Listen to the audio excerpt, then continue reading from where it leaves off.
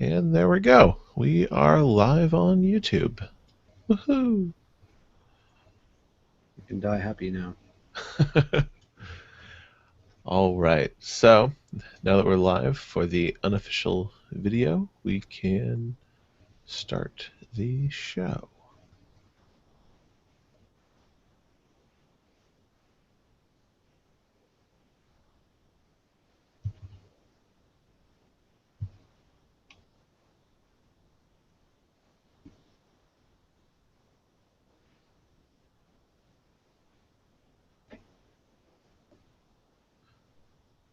Tech Twice Weekly, episode number 5.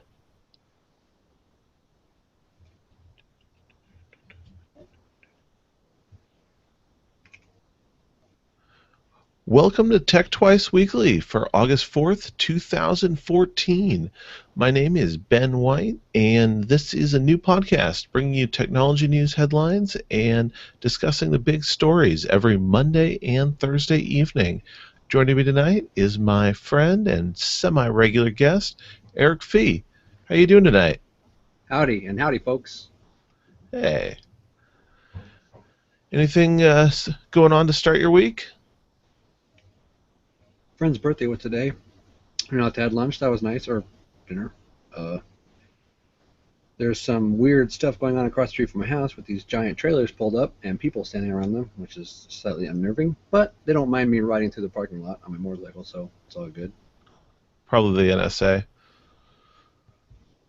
The only logical explanation, right? I got my eye on me. All Follow right. those torrents. Very good. Okay, well, let's set up our headlines for today. Starting off our news stories is a bit of security news brought to us by The Register. Mozilla has released an announcement that due to a poorly written script, 7,600 email addresses and 4,000 encrypted passwords from members of the Mozilla Developer Network were published publicly. The accessible data and the bad script were removed immediately when they were discovered by Mozilla's security team. The most important takeaway from this announcement is the usual mantra of resetting your passwords you had associated with a Mozilla developer account and any passwords for accounts that may have shared the password used on your Mozilla developer account, which really is a bad idea anyway. Techno Buffalo is covering the news that Android usage has passed iOS usage for the first time ever. Android has dominated in sales numbers over iOS for quite some time, but this is the first time that there's been a documented report of usage numbers taking the lead. The latest numbers, which come from Net Applications, show smartphones and tablets are being used more than iOS devices, such as iPads, iPhones, and these numbers are for July of 2014. We'll have to check back next month to see if these numbers are part of a trend or perhaps just a one-time fluke. But for now, Android fanboys everywhere are cheering. GameSpot is reporting that some GameStop retail stores in Philadelphia are requiring a fingerprint scan from people who trade in games. GameStop has said that they began implementing the practice after a local law was put into place which allowed them to obtain thumbprint scans of customers, which are then stored in a database accessible by law enforcement. The goal is to assist law enforcement in catching thieves who may be using GameStop to sell or trade in stolen titles. In an update posted to the story, GameStop released a statement clarifying that the practice had been in place since the beginning of July at the request of local authorities. What do you think about that one? Well, I'll tell you, I like being treated like a criminal when I buy something. Isn't that the truth? I mean, you're just trying to trade in a video game, and now you need your fingerprints taken? Yeah, I don't think I need to say anything about Philadelphia being the first place that's starting. Yeah, it'll be interesting to see if that gets expanded and we'll definitely talk more in depth about this later in the show. Business Insider has the story of Google assisting a Houston man being arrested for child pornography. According to reports, Google discovered the suspicious images while scanning emails within the man's Gmail account. They then reported their discovery to the National Center for Missing and Exploited Children, who then reported it to local police. Now, I want to be clear in the fact that I'm in no way defending this man's actions, and I'm always glad to see technology used to catch criminals. However, at the same time, this is a really big reminder that you are not the only person reading the emails in your Google account, and this might be true for Google Documents as well. Google did update their terms of service to include verbiage that they are scanning emails, and Google has previously admitted working with the National Center for Missing and Exploited Children to track down similar crimes like this. So it's really not a surprise they turned this man in, but this is the first time Google has invaded someone else's email account and turned them into authorities. This is a pretty kind of a big story, wouldn't you say, Eric? Yeah, it has a lot of overreaching possible side effects. I mean, you have to expect that, especially if you use Google Now. I do. Um, Probably lots of listeners may use Google Now. They don't get that information from nowhere. They're reading everything that they can get from you, all your emails and all your calendars and that kind of stuff, to collate data for your Google Now account. So you got to, I mean, think about it. Once in a while, those might come into contact with human eyeballs, not just machinery.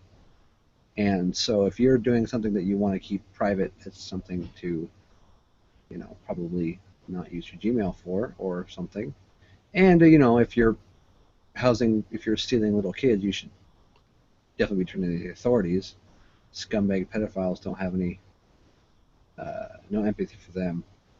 I just De- wish that the rest of Definitely. us who are privacy conscious and not scumbags could get a little bit of respect. Right, exactly. The next story in our rundown here, the LA Times brings us another drone story, this time involving a hobbyist flying a drone over LAPD's Hollywood station early last week.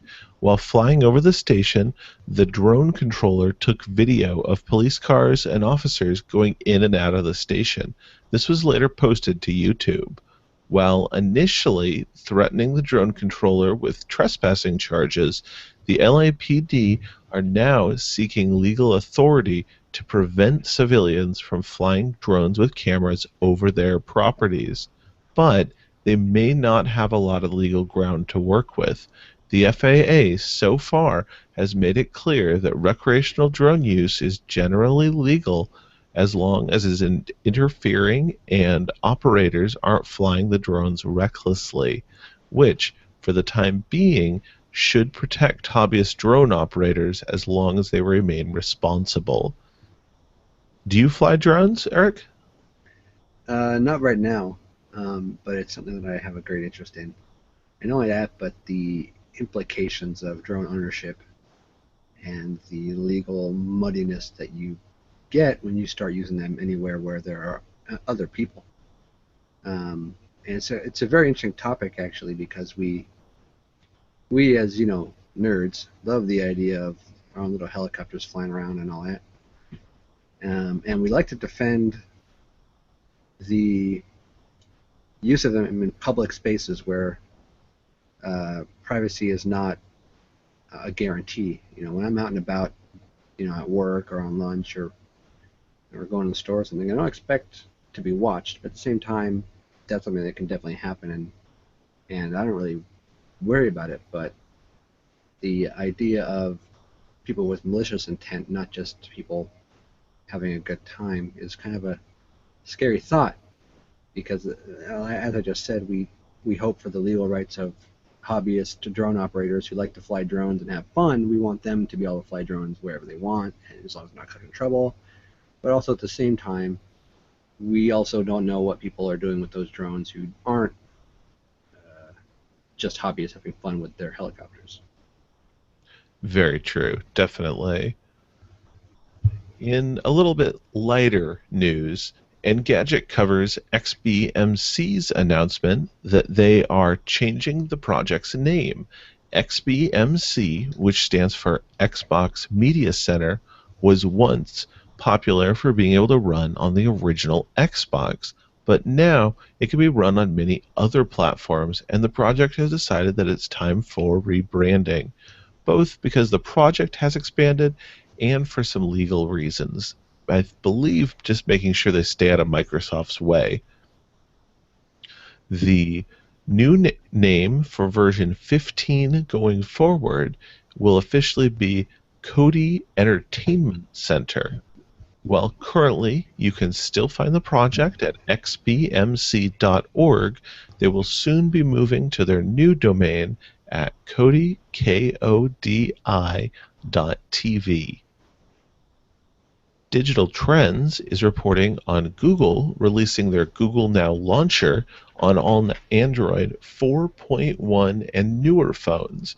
Following a recent update to the Google Now launcher on the Google Play Store, many new Android phones are now able to run the Google Now launcher, and it can be simply downloaded as a replacement home screen launcher from the Google Play Store.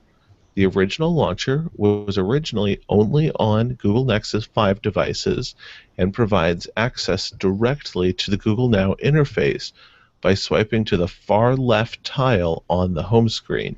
If you're interested in checking it out, we'll have a direct link to the Google Play Store in our show notes. Well, I know the name 4chan means many different things to many different people on the internet. For me personally, art isn't one of them. Apparently I might be wrong though, because CNET reports of a screenshot of a post on the internet messaging board 4chan selling for over $90,000 last Friday on eBay. If that isn't crazy enough, in an effort to show just how crazy the internet can be, currently there is a screenshot of the eBay auction of the 4chan screenshot going for over $50,000, and that's actually bid up to $50,000. I just don't even know what to say about that, to be completely honest. Apparently, some people have too much money and time on their hands. So, this week I've got a new segment I want to try out, and I'm calling it Tech Toys You Wish You Could Buy. The goal of this segment is covering a couple technology gadgets or fun ideas that are currently being crowdsourced for their funding and not currently yet available for retail sale.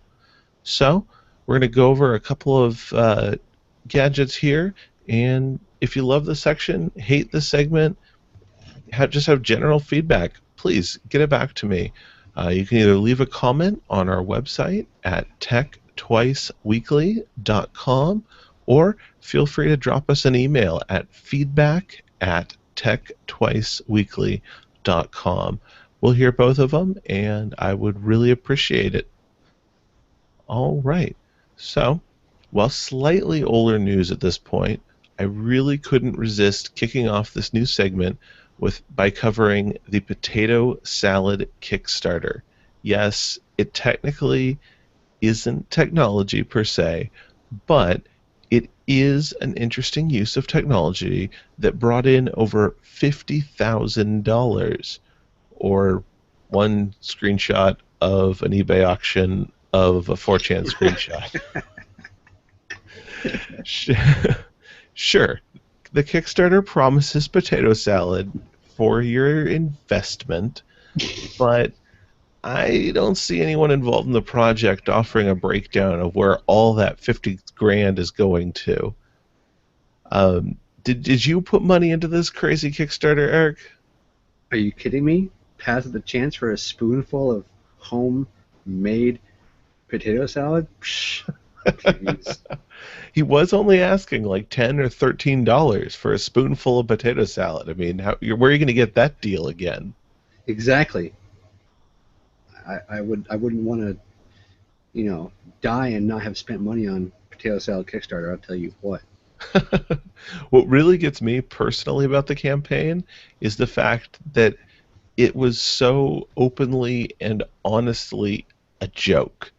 The guy did presentations and speeches on the Today Show and all the talk show circuit, and originally he actually had far more than $50,000. There was a point in time when he was near $79,000, and once people realized how overfunded this joke of a project is, many people pulled their funding out, and it actually crashed down to just below 50,000, creeping back up to the 50,000 mark just before it closed.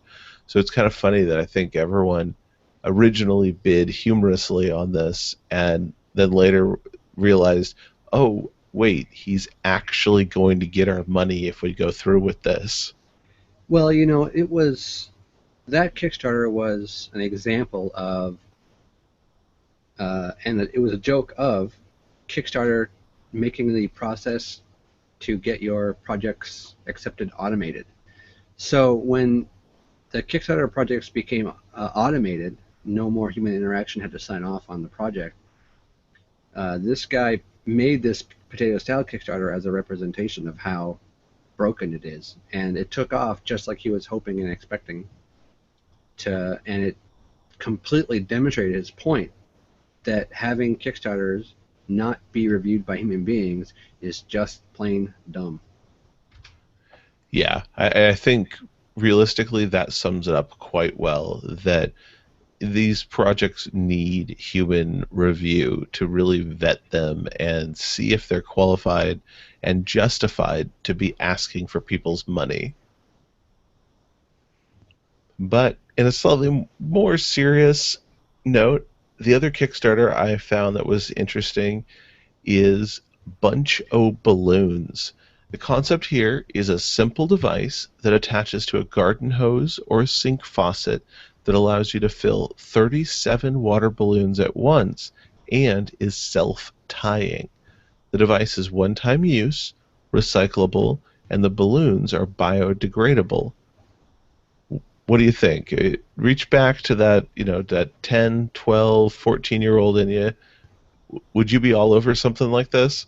18, 19, 22-year-old. Yeah, totally. Only if you live around a block that could pelt you when you come outside.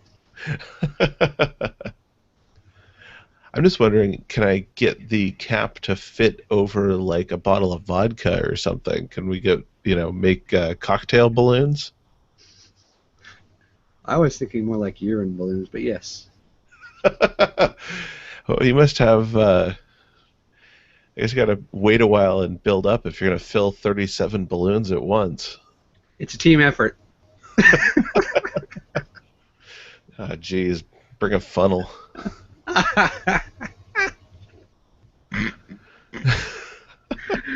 Oh, God.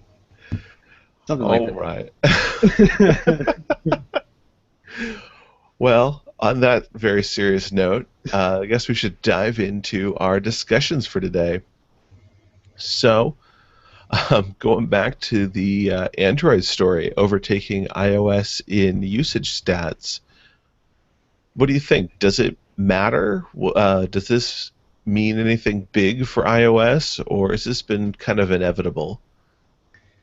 Well, globally, um, Android has overtaken iOS by a long shot a long time ago. The only problem is the statistics that come through aren't registering for certain countries like China, where the extremely low price point Android phones are really popular, and the phone every other week because it breaks or falls apart or whatever is really popular. So people picking up Android due to the price point in poorer countries doesn't really get shown off in stats like this, although I think these stats are very important simply because they show where the market's going in the West, Android's been doing very, very well, and they will continue to do well, mostly because of the availability of software. Without hacking a phone, you can install whatever you want on it, and phones are coming out now that don't have Google Play services or Google Play Store, such as the Fire Phone and certain other ROMs and all that don't have Google Play on them at all, and they don't have the same browsers that are recognized um, as Android browsers. Uh, to recap, I think that with Android phones becoming more and more available due to their price point and their capabilities, I think this is going to continue, and I think that Apple is going to be relegated to the back seat like they have been for a long time in PCs. Yeah, I think you're probably right there. And one thing I'm not certain about these numbers is if they include the non Google Play Store phones. That would be something to double check on because that would make a big difference in how these numbers are actually representative of Android's usage. I would like to say that also, when you compare price and what you get on phones, a lot of people aren't as mystified by the Android or by the iPhone anymore. And when you compare the price for what you get for a phone now, it's really hard to beat some of the Android handsets like the Nexus 5. That is just an incredible device at a great price in comparison to other things out there available. That goes to say also with the new Motorola, the Motorola G, I think, or Moto G. The other budget Motorola handsets are really nice for the price. That's very true. And I think that's something that's often overlooked is that for the price point, you can pick up an unlocked, no contract Nexus 5 phone. You might just be getting into the newest iPhone. And that's probably with you being locked into a carrier like Verizon or T-Mobile.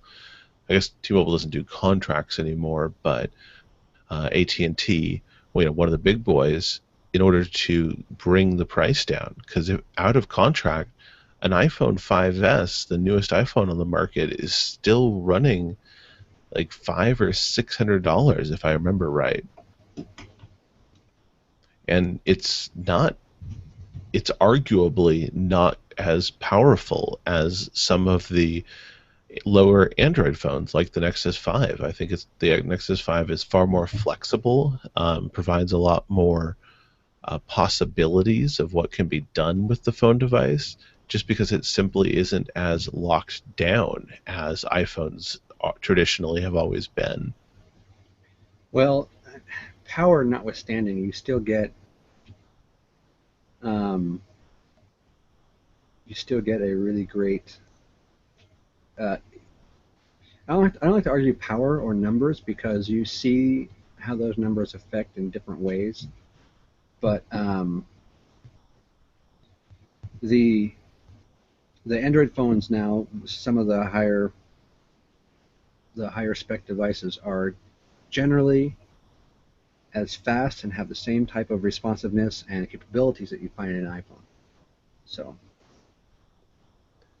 But no matter what, at a certain point, you got to respect the unlockability of the Android phones and the fact that if one was so inclined, while certainly a small niche market, they have the ability to unlock the device and have full developer control over it, which is something that iOS and Apple actively work to prevent. well, a lot of carriers and phone developers do the same thing. They try and keep them locked in, but the Google Play Store phones are a great example of what you can get for the money. And just to put this in perspective, a brand new 32 gigabyte Nexus 5 is $400. Unlocked, no carrier, no nothing.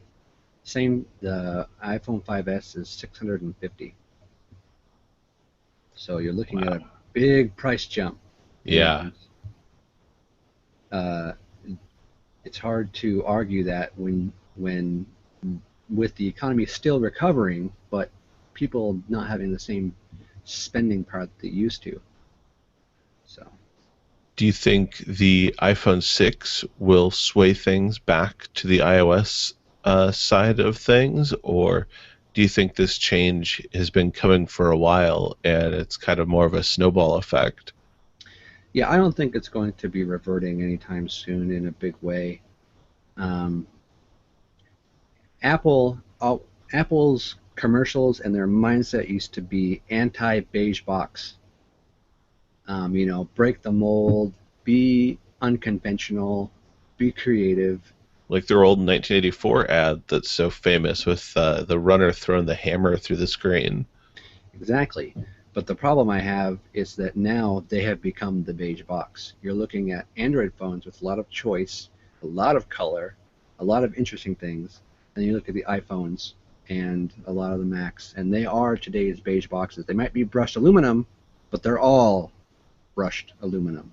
They're all the same carbon copies. And when you look out there at what other manufacturers are doing in the laptop space and the cell phone space and the tablet space, yeah, a lot of Android tablets and phones are garbage.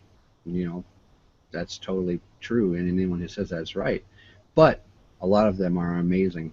I mean, you look at things like the Asus Transformer tablet, that has a lot of functionality that you can't get with an iPhone. Plug in uh, keyboard and all that, and tablets are coming out nowadays with USB host sockets and stuff like that, so you can plug in your jump drives, you can plug in your keyboard and mouse or whatever. Android phones are very interesting. If you haven't unlocked if you haven't unlocked Nexus 5, you can do tethering, and the provider won't stop you. You can install whatever apps you want, or you can just chill with the Google Play Store, which is totally acceptable.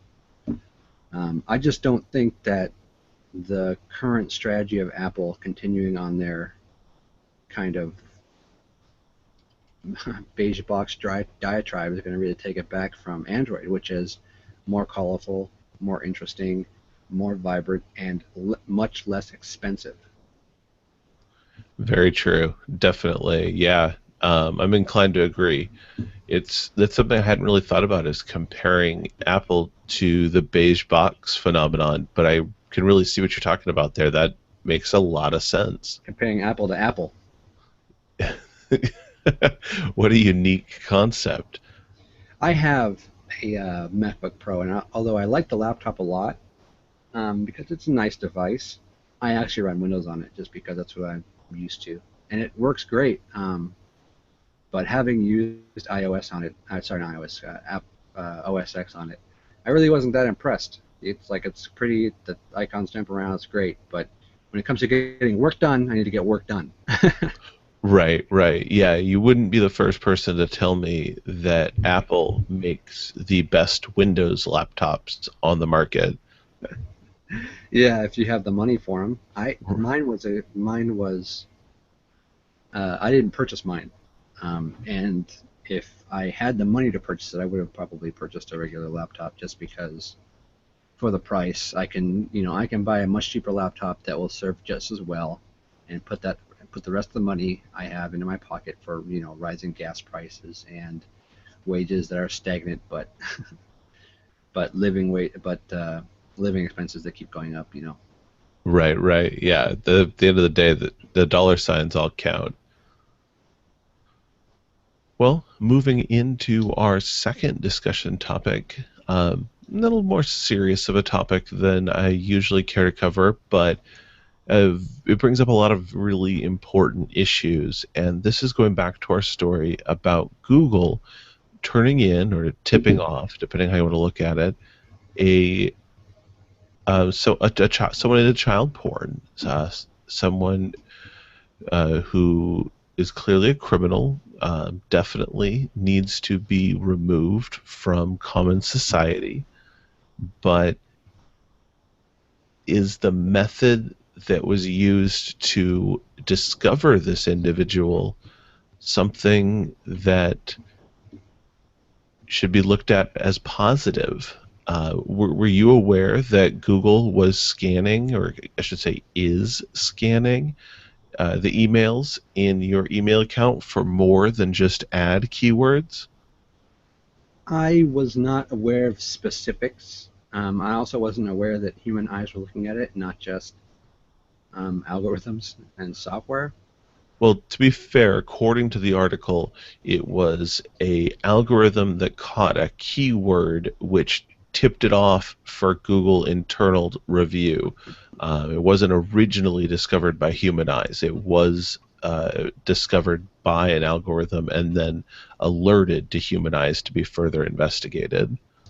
So if I don't want my email to be read, I have to censor myself, even when I'm not doing anything wrong and I'm not a scumbag, child molester. That is kind of the way Google's handling this, apparently, as a trade-off for their free email service. Your payment is allowing them to data mine all of your email. So if you have a Google, if you have a one of those paid accounts, I can't remember what they're called, but where you get Google services, but it's for your business or something. Oh, yeah, yeah, Google Business Services. Yeah. So if you have Google Business Services, do they still scan your email? That is a really good question. I don't actually have a Google Business account myself, so I have never had the opportunity to read over those terms of service. But I would be really interested in comparing, contrasting the differences between just your general run-of-the-mill Gmail account and the business services terms of service.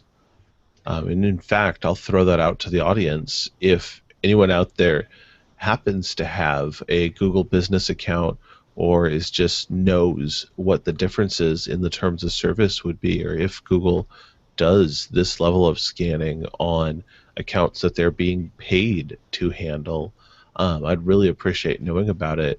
You could reach out to us on Twitter at TechTwiceWeekly or by email, our feedback at techtwiceweekly.com. I'd really love to hear from somebody about that if anybody knows. Another thing I'll say is that that kind of stuff spooks businesses. I mean, there's a reason why Google Business Services or whatever it's called, it hasn't really hit it off in a huge way. Having access to Google services and being able to integrate them with your Android phones and such, that's kind of a really powerful boon. Sometimes even better than, say, Exchange. But being able to, but not having control of your data or knowing how your data is being handled can really turn off companies that have something to keep secret. And I'm not talking about illegal activities there. I mean, even trade secrets and and private confidential client information. All that kind of stuff needs to, that makes businesses scared, knowing that there's someone out there reading their email. And not just email being sent, but email being stored. Because email being sent, if it's not sent via SSL and signed, you have no idea who's getting it or reading it along the wire in the first place, which is sad because I really think that email is a great technology. I just wish that there was a way to reliably encrypt it. But a lot of the powers that be would rather your email be basically public than protected like your snail mail. Right. That's an interesting point. Your email, your internet your messages don't have nearly the level of privacy protection that a simple letter through the U.S. Postal Service has. That stamp buys you a lot of privacy, and taking the easy electronic method, like you said, it's plain text out there between the servers. Even over an SSL connection between you remotely checking an email account doesn't necessarily guarantee that that server is sending it out to the rest of the internet over any sort of encryption. In fact, most of the time, it's just like plain text, especially going between from like Gmail to Yahoo. They they don't really have a good way to do that unless you independently take that extra step of encrypting your messages with something like a PGP key. But most people aren't willing to go to the trouble. Well, of course, especially when both parties need to have that software and understanding already set up. Um, yeah. Do you think this news will change your Google usage at all? Especially considering technically we've all agreed that this is okay as far as agreeing to the terms of use go. Whether we agree socially is still up for debate. Actually, I've actually been thinking about it since I read this news article the other day. I've been thinking if I should be considering running my own email server, which I have control over. The only problem is that I'm so damn reliant on Gmail's search and all my thousands of emails stuck in there that if I moved them all, I don't know what the heck I'd do other than maybe leave them there and log in. I don't know. It's very true. I myself use Google services daily. My life lives in Google Calendar, and if I were to walk away from the backlog of messages in my Gmail account, there's history in there that I couldn't live without. You And don't I'm want to not live with sure that. how clean of a break I could make from Gmail or how cleanly I could export that data. Yeah, it's a little bit disheartening. But I guess in the end, it's good that some scumbag got caught. There is something to be said about that. I mean, the first time we're hearing about Google using this technology to interfere is for a child predator. Who's to say that they haven't red flagged hundreds and thousands of other things, but they just made a business decision to turn the other cheek in the interest of maintaining public face. And when this particular instance was red flagged, that was something the company couldn't look the other way about. Well, you have to remember that they are not the police. It's not their job to enforce the law. I'm, like you said, it's kind of fortunate that first time we do see the public interfering is coming to the aid of to help us. Definitely, yeah. And still kind of speaking on government conspiracy and questionable business practices, I want to look at the last topic for today of GameStop fingerprinting people in Philadelphia who are trading in video games. I mean, this just blows my mind. Have you ever heard of anything like this? No, but at the same time, when we were in high school, man, there were high schools in our city that had metal detectors and police searches on entry and exit. That's true. You know, I mean, some people are in a situation or are in an environment in which they are under significantly more scrutiny, and maybe rightly so. I mean, I don't know. Although I made a comment, a sarcastic comment earlier about not wanting to be treated like a criminal when I'm just trying to trade my games in or whatever. At the same time, I don't know what the instances are of theft and trading in of stolen goods wherever the area is taking place. Right. And I'd want to reserve judgment at least to have a greater understanding of the situation before I be truly biased. Um, True. but at the same time, I try and look toward the more liberal. I would rather, uh, what's the saying? I would rather 1,000 guilty men walk free than one innocent be put behind bars. Yeah. No, that's a saying that I feel very strongly about.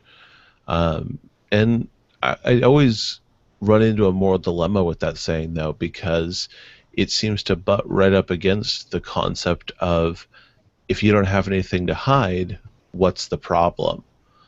And for me, that's what this really comes into is, yeah, I'm not trading any legal games. I know the history of my video game titles, but I also, just on principle, don't want my fingerprints to be in a criminal database. There are mismatches. There are people will be looking at that data and trying to make matches, and it's an imperfect system. And the opportunity created to potentially be targeted as the criminal of or the person who committed a crime creeps me out. Um, but at this point, it sounds like GameStop's really only implementing it in the Philadelphia location and only at the request of the local law enforcement. So, as much as the internet is really blowing the story out of proportion, my gut tells me that this is actually just a one-off, kind of isolated situation. Yeah, possibly. My question is not about GameStop, because although they should probably be saying no to this request, just on principle, it's not their job to catch criminals. Well, and Um, how good of fingerprints are minimum wage desk jockeys really going to be taking anyway? yeah, for real. My only question is, why do the police in that area think it's okay to start asking businesses to catch their criminals for them? I That's mean, a very good point. there's a billion ways to go out there and gain evidence and keep your watchful eye out that are legal or that can be requested in the court of law. Uh, but I don't see how this qualifies. I mean, honestly, I think all it will take is one match or one mismatch, and a good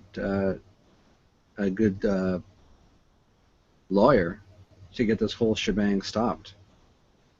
You know. Very true. Yeah, I could see this really blowing up both in the law enforcement and GameStop's face if this were to turn ugly for them. Yeah, who knows? I generally don't look uh, I don't look well upon these types of Big Brother actions by the police. But at the same time, if it catches some criminals, I guess that's good, kind of. Because if someone broke into my house and stole my games, I would probably be pretty sad. But at the same time, if someone said, "Well, if you want to trade this game, you need to get fingerprints," I'd be like, "Well, okay. How about I'm leaving now?" Right. And I mean, there's a certain thing to be said that all you're really doing is funneling game sales away from GameStop. There's so many avenues to sell video game titles. You've got eBay, Craigslist. I mean, just pure cash transactions. Some guy in the Pawn corner, shops. right? I mean, some guy in a corner says, "Hey, you want the new NFL 25?" And you're like, "What?" And he goes, "$10, $15," and it's sealed in shrink wrap. I'm not sure I would think twice about it. Well, I mean, who am I to know that you just want to get rid of it? Right. I mean, It's really hard to prove that a video game is stolen, to be honest. and most people don't trade their things at GameStop in anyways because the prices that they give are so phenomenally low, cents on the dollar for video games. You get $5 for a game you bought brand new for $60 2 or 3 months ago. It's like It's almost worse than the college textbook racket. almost, and you can trade them online, sell them on eBay. Get on forums and offload them for other games if you're a gamer. Right. There are, I think trades are a far better deal than actually selling a game title. and on Craigslist too. I mean, there's no end in ways to trade video games. Um, and hopefully you'd be trading with someone who got them legitimately. But at the end of the day, you don't know. And you're not going to ask questions. When some guy on Craigslist wants $20 for a new title, you're just going to think you got a good deal on it. Well, hell, and there's no reason to expect that someone is a thief, and it would be disrespectful to go up into their house or to meet or to call them, ask them to do business with you, and then to be accusing them of theft or something. I mean, how would you feel if you were just selling a couple old Xbox games and someone was like, "These ain't stolen, right, kid? Because you look like a crazy son bitch." Yeah, no, I think you're spot on, definitely. Not only that, but I wonder if there's any profiling going on in these places. It's like, do you Probably pretty likely. do you think the 14-year-old kiddos with their backpacks and moms in tow are getting fingerprinted? Probably not. Do you think the adults who are just wanting to buy games and get on their way are being fingerprinted, who had done nothing wrong? I don't know. Right, right. It would be curious to be on the fly in the wall and see if they are genuinely hitting everyone or if certain game sales are being targeted. Yeah, no, yeah, but it could be based on the game too. Right, yeah. I mean, if Profiling. you're You might not be profiling on specific people. You might be profiling on demographics who purchase and sell games, which right, of like course, sports titles compared to the new Hello Kitty might just get you some different attention. exactly. And then you have to ask your question: is that okay? And typically, it's not. So we'll just put that out there. Excellent. Well, I appreciate the discussion, man. Probably should wrap things up for today, but I think it's been a really good show. I'm really glad you're able to join me tonight. I'm glad to be here. Thank you for inviting me. One thing, not a news article per se, but just a piece of news I stumbled across while collecting the headlines is news of Secret of Mana coming out for the Android phones. Currently, I believe Secret of Mana is already available on iOS. And this is a old school uh, Super NES title that was by Square Enix, and it is one of my favorite games from the SNES. I've played it over and over again, beaten it two or three times, and I'm genuinely looking forward to playing it again on Android, probably on my tablet, maybe on my Shield, but I think it's going to be great, and I'm looking forward to picking that title up. So I just wanted to share that with everybody out there. Like I said, not real news, but something I'm excited about. So I wanted to let everyone know. If you didn't know, also there are tutorials on how to run Fallout 1 and 2 on Android tablets. If you enjoy Ooh, old school games. interesting. I'll have to check into that because I've played some New Vegas, but I've never touched or laid eyes on the actual original Fallout games. It's pretty old school, man. Worth checking out at least. Excellent. Well, man, is there anything you've got going on that you want to share about? Not much. Been pretty boring since we talked last. Didn't even record an after hours this week, but looking forward to doing it this week. Everyone, come listen to your favorite podcast full of mumbo jumbo. Definitely, yeah. Keep an eye out. We'll get that posted. I'll get a notice out on my Twitter at Aractor, Aractor. I'll also probably get a notice up on the show's Twitter account at Tech Twice Weekly. It's a fun show. No real. It's the Seinfeld of podcasts. There's no point, but it's hilarious. Agreed. Excellent. Well, if there's nothing else, I'll go ahead and sign us out here. I want to thank everybody for listening, continuing with us as we grow this podcast, get it better, improve. Once again, I know I'm asking a lot, but please share your feedback. Feedback at techtwiceweekly.com. I would just love to hear your thoughts on the show so far. We're still in the very early days, so I'm really open to suggestions, ideas, criticisms.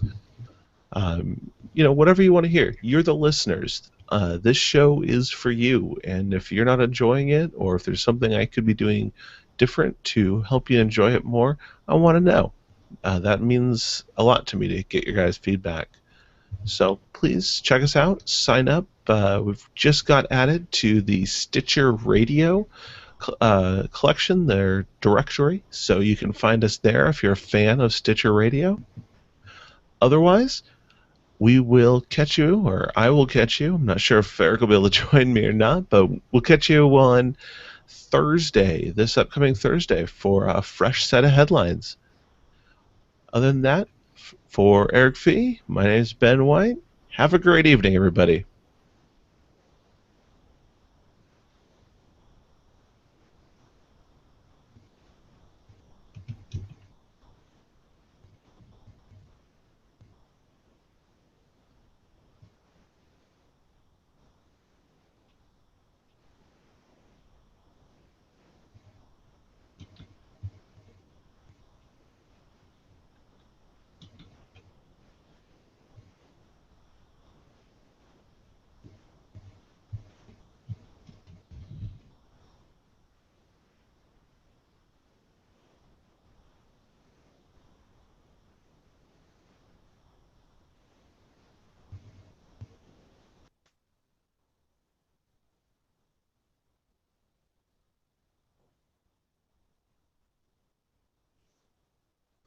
Excellent. And that's a show.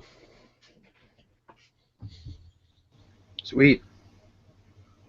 It went pretty well, I think. I think it went excellent. I think that's probably the best show I've shot with you so far. Yeah, I feel like every episode we're improving. Agreed. Well, you know, that's practice makes perfect. We had a lot of good discussion in that show.